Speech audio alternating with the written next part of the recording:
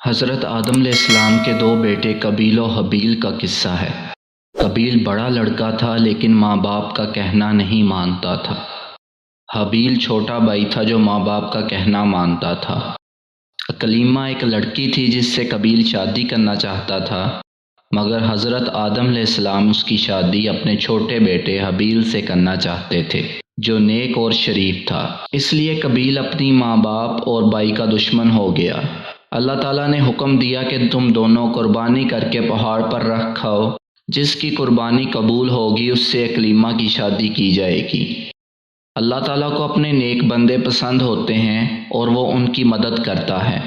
آسمان سے ایک آگ آئی اور حابیل کی قربانی کو لے گئی، یعنی حابیل کی قربانی قبول ہو گئی۔ اب اس کے بھائی قابیل کو بہت غصہ آیا۔ اس نے حابیل سے کہا، میں تجھے قتل کر دوں گا۔ حابیل نے کہا، اللہ نیک بندوں کی قربانی قبول کرتا ہے، اگر تم مجھ سے لڑو گے تو میں تم پر ہاتھ نہیں اٹھاؤں گا۔ آخر کار ایک دن قابیل نے حابیل کو قتل کر دیا۔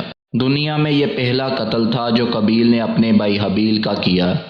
قتل کرنے کے بعد قابیل کو فکر ہوئی کہ حابیل کی لاش کا کیا کرے، کس طرح چھپائے۔ اس نے دیکھا کہ ایک کوا چونچ سے زمین کھود کر ایک دوسرے مرے ہوئے کوے کو دفن کر رہا ہے۔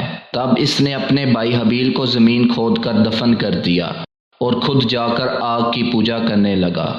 حضرت آدم علیہ السلام کو بہت رنج ہوا۔ قابیل اور حابیل دونوں بھائیوں کے جھگڑے سے ہم کو سبق لینا چاہیے۔ ہمارا حقیقی بھائی یا مسلمان بھائی اگر ہم پر زیادتی کرے تو بہتر یہ ہے کہ ہم صبر کریں اور اپنے بھائی پر ہاتھ نہ اٹھائیں۔ قابیل نے اپنے بھائی کو قتل کیا، قیامت تک لوگ اس پر لعنت کرتے رہیں گے اور آخرت میں اللہ کے عذاب کا مستحق ہوا، اور حابیل کو قیامت تک لوگ اچھا کہتے رہیں گے اور جنت کا وارث ہوا۔